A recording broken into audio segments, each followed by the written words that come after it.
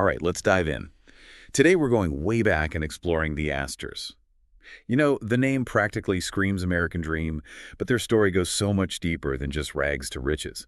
Our guide for this deep dive is going to be a book review of Astor, The Rise and Fall of an American Fortune. It's by Anderson Cooper and Katherine Howe, and it just pulls you in, gives you a real look at the people behind one of America's biggest fortunes. But it also makes you think about the downsides, the kind of things that can happen when you have that much wealth. The thing that really grabbed me about this book is that it doesn't just gloss over the tough stuff.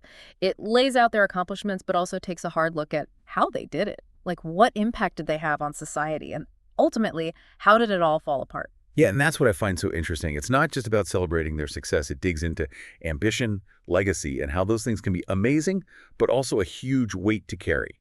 And it all begins, like so many American stories do, with a young immigrant.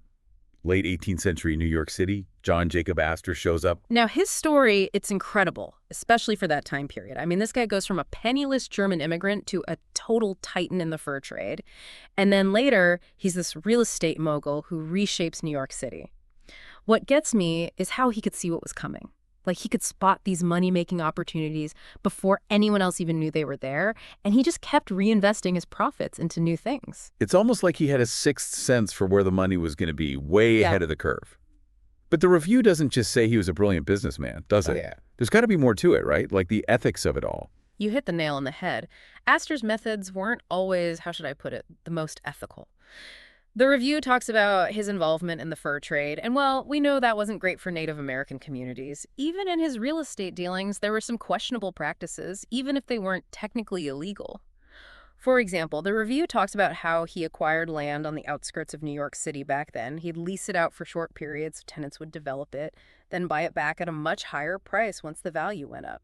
Smart business. Maybe.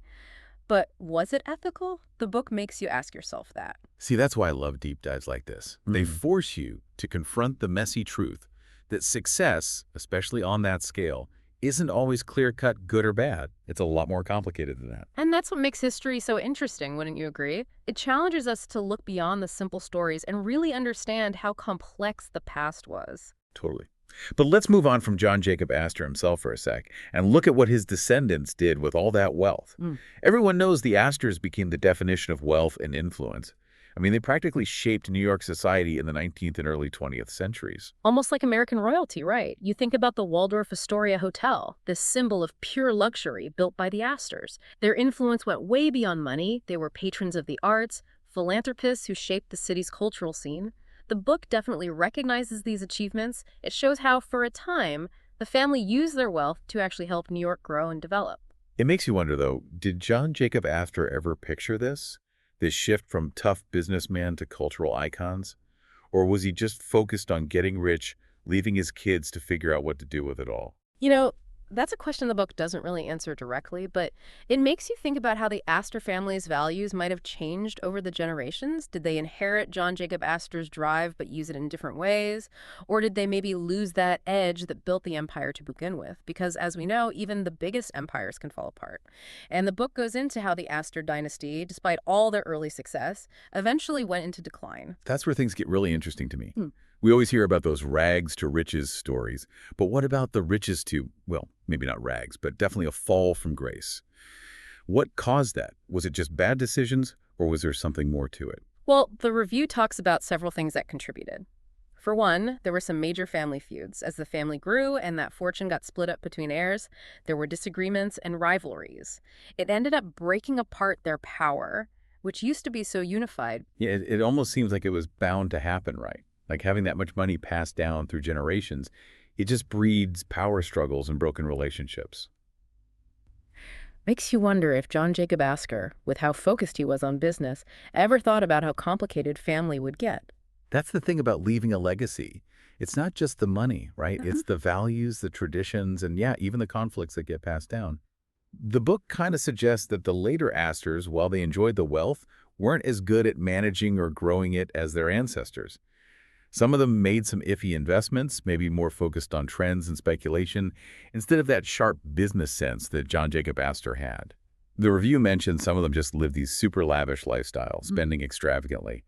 Makes me think, do they even understand the responsibility that came with all that money? Or did that legacy just end up being a burden? And that's one of the big questions the book tackles.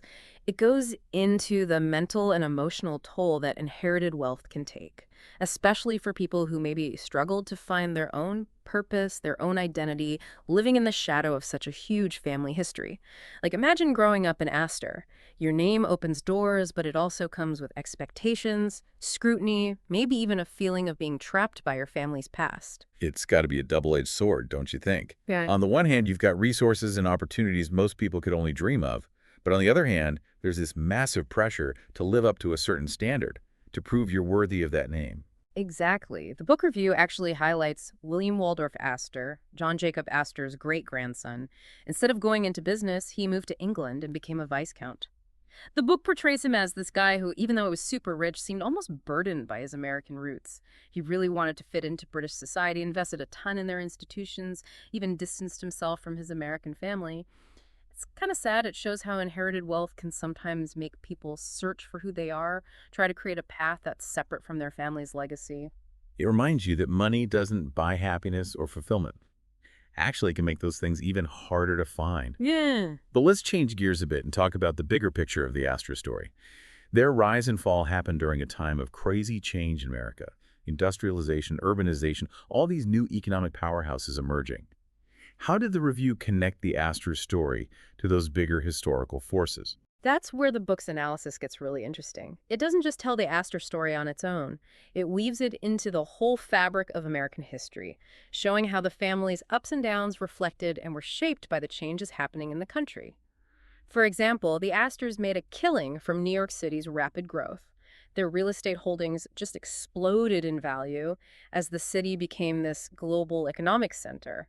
But as the 20th century rolled on, new industries popped up, the economic landscape changed, and the Astors, maybe stuck in their old ways, weren't as quick to adapt. It's a classic case of disruption, right? Yeah, The old guard trying to hold on while the world changes around them.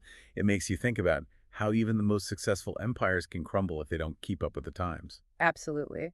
And that brings us back to these ideas of wealth preservation and being able to adapt, which the book keeps coming back to.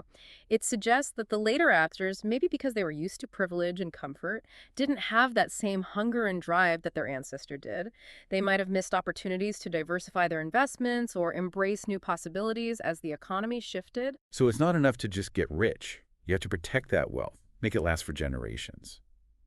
And that leads us to another really interesting part of the Astor story, the tension between legacy and personal identity.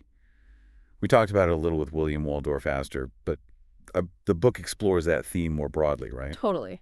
It looks at how the younger Astors wrestled with the weight of their family name and all the expectations that came with it. Some embraced that legacy, continued the family's philanthropy, or tried to keep their social status. Others, like William Waldorf, tried to find their own way, separate from the Astor name, even though they could never completely escape it. The book goes deep into their struggles, showing them as real people trying to find purpose, meaning, and their own independence, even with all those advantages they had. Yeah, it just shows you, even in families with that kind of money and history, everyone's story is different. Some people step up, take that legacy, and use it to do good. Others have a harder time trying to figure out who they are outside of all that inherited wealth. It makes you think, how would we define our own legacy? Not just the money part, but our impact on the world. That's a good question to ask ourselves, isn't it? The Astor story gives us a chance to look at our own values and goals. What are we hoping to accomplish in life? What will we leave behind for the next generation?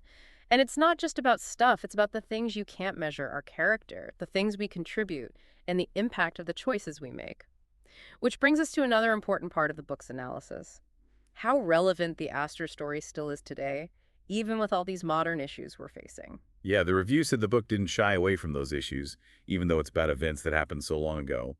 It seems like the Astor story, in a lot of ways, reflects some of the challenges we see now, like wealth inequality and how so much wealth is concentrated in the hands of a few. Exactly. The way the Astors rose and fell, even though it happened in a specific time and place, teaches us a lot about how wealth is built, how it gets passed down, and the dangers of privilege without any checks and balances.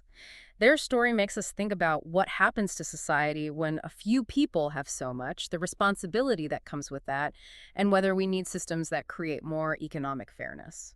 I'm curious, did the review give any specific examples of how the Astor's wealth affected society, both good and bad? It did. On the positive side, the book talks about the Astor's philanthropy. Like, they gave a lot to libraries, hospitals, and cultural institutions. Those contributions definitely made a difference and left a mark on New York City. But the review also mentions the criticisms against them, particularly how they might have made social and economic disparities worse. For example, because they owned so much real estate, it drove up housing costs and forced out lower income residents. So it makes you wonder about the downsides of having all that wealth concentrated in one place, even when some of it goes to charity. It's complicated, that's for sure. But it's a conversation we need to be having, especially now when wealth inequality is just getting wider. The Astor story, even though it happened generations ago, gives us a historical context to think about these problems we're facing today. Before we finish up, I wanted to get your thoughts on the book itself. The review seemed really impressed with how the authors approached the topic and how they wove together this compelling narrative based on solid research. I agree. The review praised them for their thorough research, using tons of primary sources like letters, diaries, newspaper articles to create a really detailed picture of the Astor family. They did a great job balancing factual accuracy with storytelling, making the Astors feel like real, complicated people living in those times. It's always cool to get a glimpse into how people lived in a different era. Makes history feel more tangible, like something we can relate to. Did the review mention any specific parts of the writing style or structure that stood out? Yeah, the reviewer really liked the book's balanced perspective. It doesn't shy away from criticizing the Astors' mistakes and questionable actions, but it also acknowledges their contributions and the tough situations they faced. It's not trying to make them saints or villains, it's a nuanced look at a complex family. This has been such an interesting deep dive.